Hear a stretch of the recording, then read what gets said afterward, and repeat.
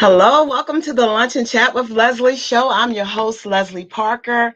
Thank you for stopping by to view this segment. This segment is about how to establish an effective resume. As you know, there are several resume formats out there, but I'm going to talk to you about just three of them. One that I've used myself, and it's really based on customizing the fit that is for you. But I do want to thank you for stopping by. Last week, we talked about establishing your career goals.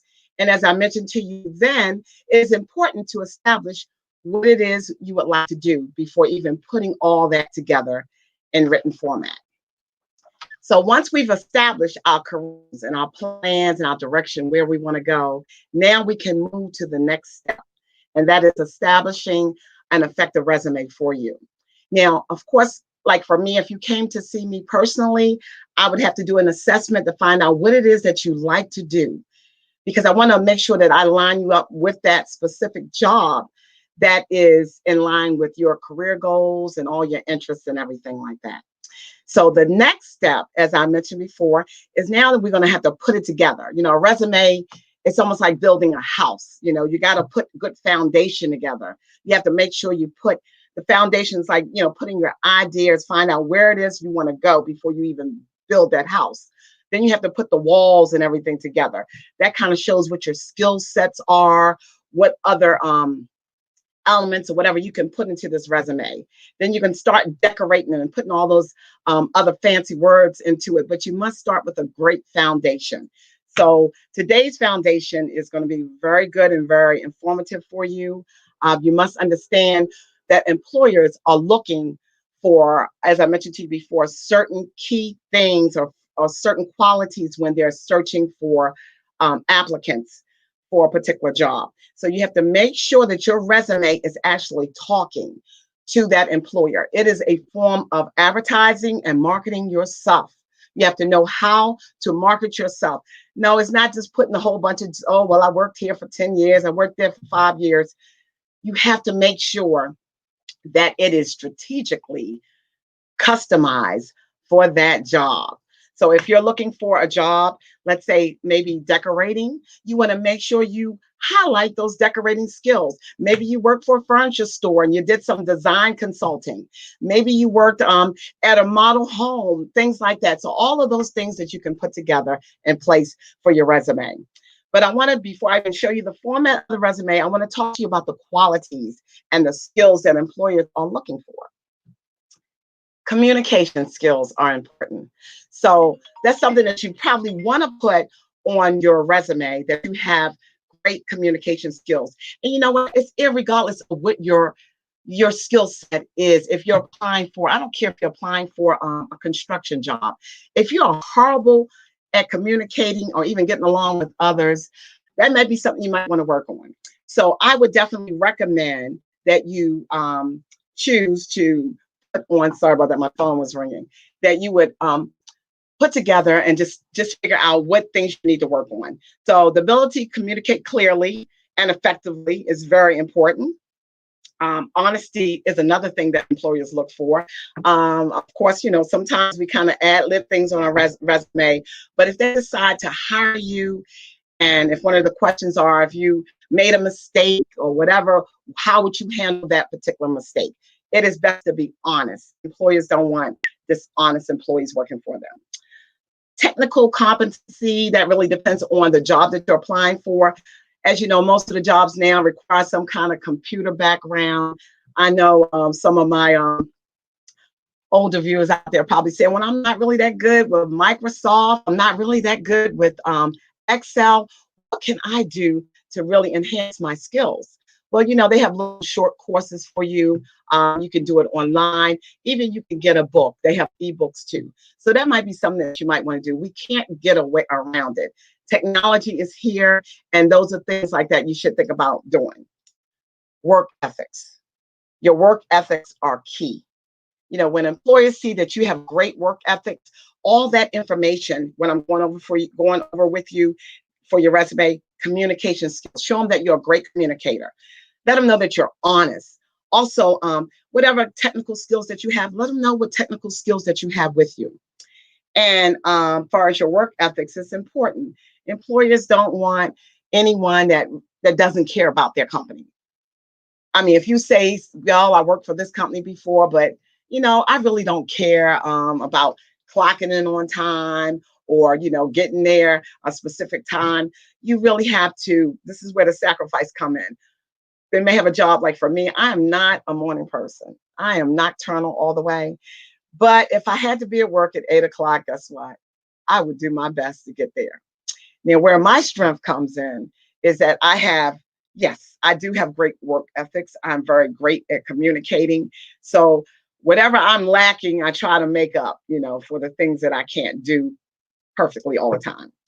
And flexibility, employers want to make sure that you are flexible because they may have a shift. They may say, hey, the job does require you to work some weekends. It requires you to work instead of 9 to 5. Can you stay over sometimes? So, you might want to mention that you're flexible. That's really good. And determination and persistence. Managers will give employees challenging like tasks and goals. But if you can show that you are great at being persistent, no matter how hard the job may be, that you're teachable. I always say, you know what, I'm teachable. And that's what most employees are looking for, that you're teachable. And qualities that I want to talk to you about involve like your eagerness or willing to add some of your skill sets that you have. So yes, the job will teach you some things, but maybe there's something that you can bring to the company. And you might want to convey that or talk about that in your resume, what you're able to do. Problem solving skills. Employers love the fact that, hey, can you resolve some problems? Because you will encounter problems on the job, things that we don't anticipate. So are you the type of person that's willing to resolve those problems? That's very important. And of course, loyalty. Your loyalty to your employer is very important. So please, maintain that act of loyalty. They hate it when you're not loyal with them. I also want to talk to you about the resume and how it is constructed.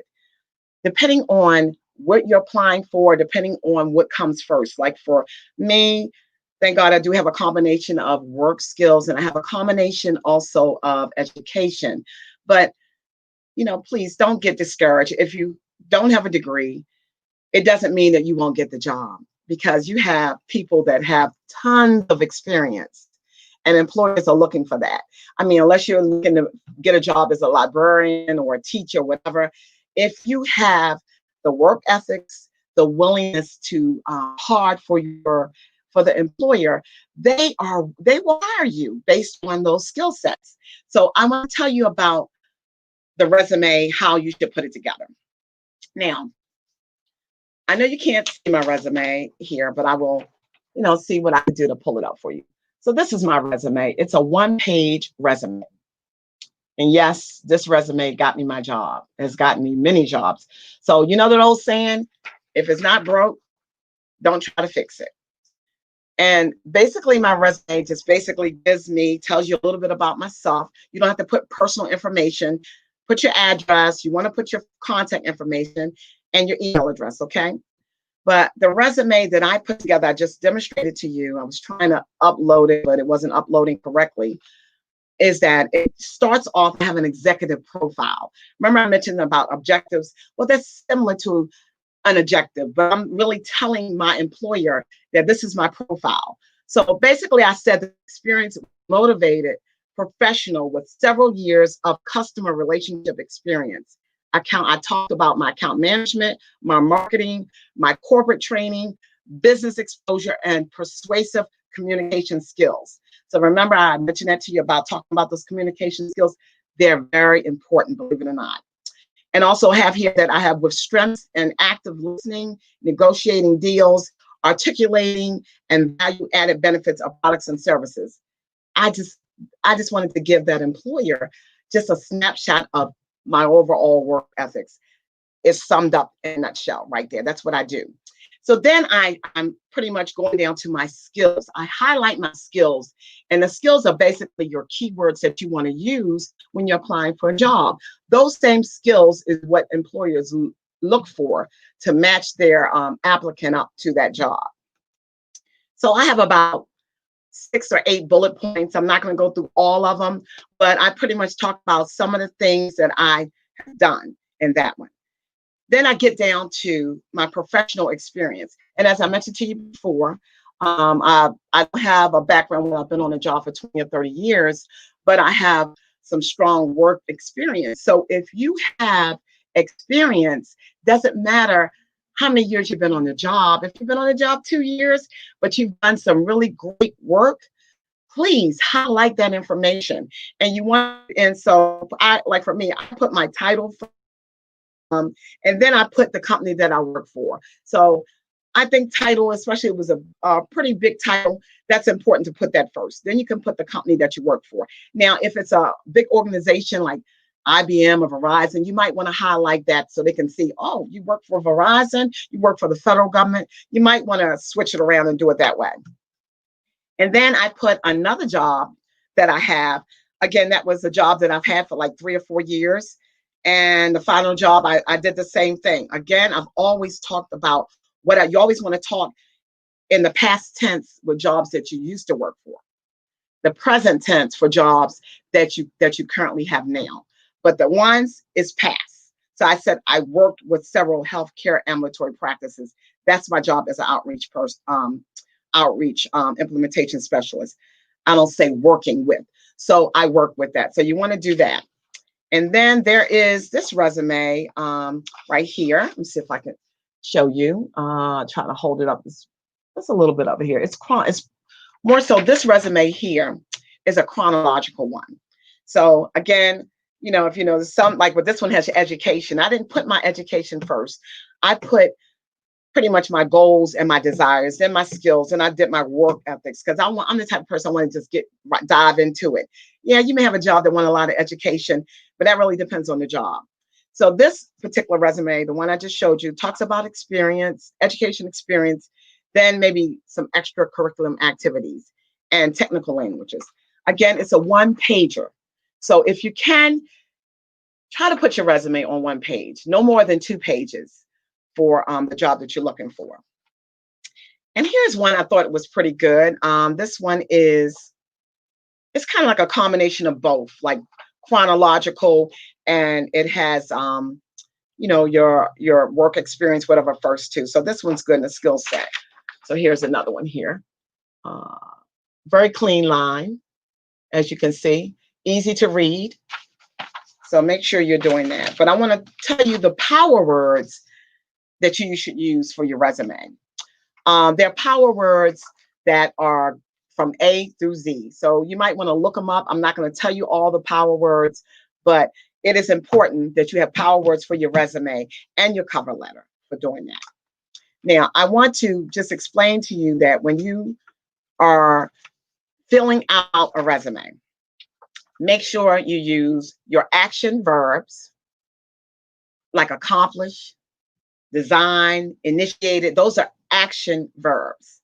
You might want to use like your company values, words that reflect the company, like about me, page on their website. Popular skills, which you're passionate about, responsibility, leadership, and industry keywords, which you achieved, which you approved, which you've done. And like, for example, like if you're applying for a sales job, they want to see, what did you do? What was your outcome of that particular sales job? Did you change the company? Did you bring more money into the company? So some of those things, believe it or not, you want to put on your resume, your accomplishments, what you've done, and that fact that how you maybe you was able to reduce the deficit or things like that. But even with a regular job, if you're applying for a job for I'd say it's an administrator or a secretary job, it is still important to make sure your resume is full of information, valuable, I call it the meaty information, where people can say, well, wow, you really, even as an administrator, you really show that you are passionate about that particular job. Because truth be told, we're now, if you notice some of the slides that I showed you about the job search market, it's different. Everything is online. Now you have to, do a lot of searching online, and it does take time, and it doesn't seem like anyone's going to respond to you, but you have to persevere. I want to tell you, don't stop. Don't give up. You know, Rome wasn't built in a day. Sometimes it takes, I know I make it seem like it's easy to find a job. No, it's not. I've been there before. I know that it can be draining. But if you are in a situation where you need a job and you need to brush up on your skills, then allow me to help you. Sit down, I'll do role playing with you, anything that's necessary to get you to the next job or transition which you're going through. So if you're looking for a new job, I can help you in that area. Or if you're trying to change your job, I can also help you in that area as well. Now for applying for certain jobs, I want to tell you, you have to customize your resume. So if it's a job that requires you to, let's say, learn Excel spreadsheet, they want you, the job description says we want you to have experience working with Excel or whatever, then you're going to have to highlight those skills. Even if you haven't taken Excel before, you know, you may can mention that you worked at some other jobs doing some Excel, but that you are a quick learner. So don't get discouraged if there's some things that you see in the job requirements, you may not meet them all. Well, guess what? They got to train you anyway. So apply for the jobs. The jobs that seem that's most difficult to apply for, those are the ones that you want to apply for. Okay. And even putting some information down on your resume, I want to mention this to you that you volunteered. Volunteer work does count. So if you volunteered, let's say, at an organization, nonprofit organization, or a church or something like that, that's clearly important that you put that information down as well. And also make sure that whatever references that you give, that you're able to reach out to those references and that they can be contacted. Because I'm sure employers, one thing they don't like is they've tried several times to reach the references that you provided and they're not able to reach them. So at the end of it, you don't have to put all your references unless they ask for those references. So you can put in there that, you know, references will be provided, you know, upon request. So I think that it is crucial that you start off again with your career plans. Then you sit down and you kind of like a building blocks, you build out your story about you first, the basic information. Next would be your skill set. So put all your skill sets that you can think of. Even if it seems like it's too many, put them all down and then go through and just, you know, kind of check them off. Well, I'll mention this, and that all goes according to the job. So if I was going to apply for a job where I'd say maybe I was selling furniture, maybe I probably wouldn't put anything about data analytics in there since that's what I do now. But I would put something that maybe you work well with people, you're a great communicator, you're good with colors, you know how to match furniture, you know how to design and put everything together. So let's, you know, maybe consider doing something like that.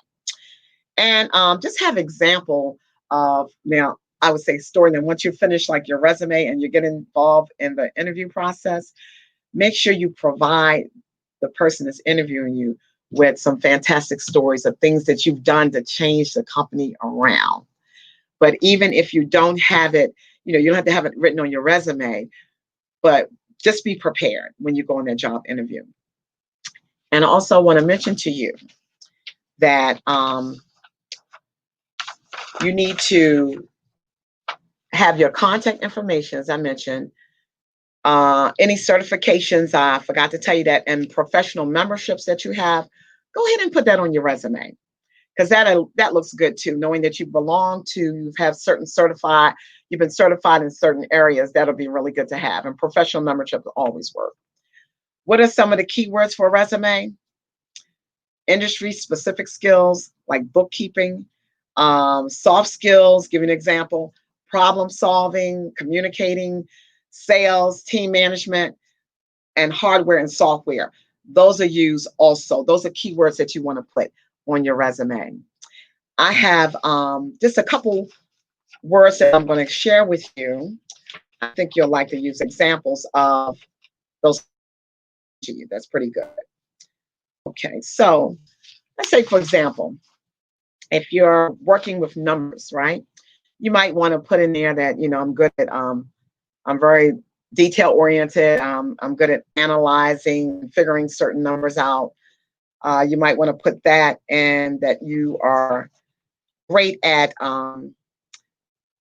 just organizing, paperwork, because they want you to be, organization is very key with any job, especially if you're working with numbers and accounting.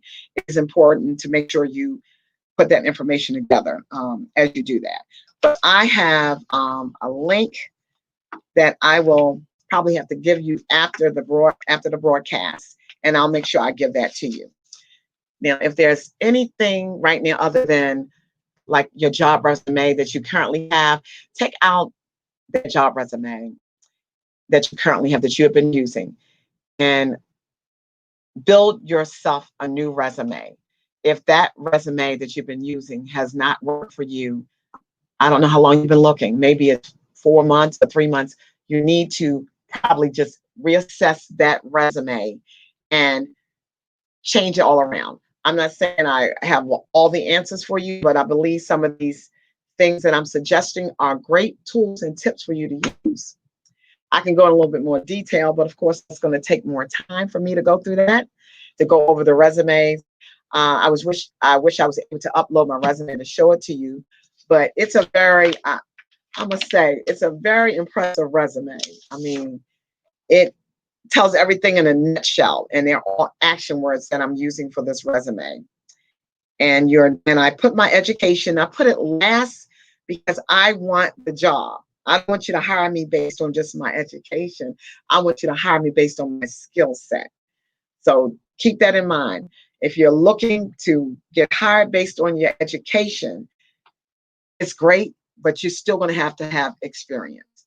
So what I plan on doing for you, not next week, next week I'll try to do it for you. I'm going to have probably like 4 guests on who have different certifications and different skill sets, and they're going to share with you what it is you need to do to be ready for the next job. So I want you to just stay tuned for next week, and just keep following me, because I try my best to have as much, I guess, as much information as possible regarding the job market out there, because it is a very tough job market now. But I do have some guests that do different things. So I can't really tell you who they're going to be. I want you to be surprised. But each of I guess my guest is going to come on. They're going to talk to you about what specific things you need to do to get hired for that job, or even to start your own business. I mean, frankly, right now, instead of waiting for the job, I would advise anyone out there, start your own business. I mean, if you know how to do other little things, you know how to create stuff. Man, I wish I could sew. I wish I could, sing, whatever. But start your own business. Write a book. Tell your story, because you can sell books, and that's a business that makes you an author. I don't care whether or not you went to a professional place to get your book together. That doesn't mean that you're not an author. You're an author when you put that pen on that paper, and you write whatever it is and you publish it. So that's something to think about. It. You can sell books. I'm not saying you'll make $1 million bucks doing it, but it is definitely a great skill set to have. So that's all I have for you tonight. I don't want to hold you up too long. I have some informative information for you next week. So hopefully you'll stop by next week and hear my guests talk about what it is you need to do to be certified and be ready and equipped with those skills to get you that next job. Take care, and you have a lovely evening. And thank you for watching the Lunch and Chat with Leslie show. Good night.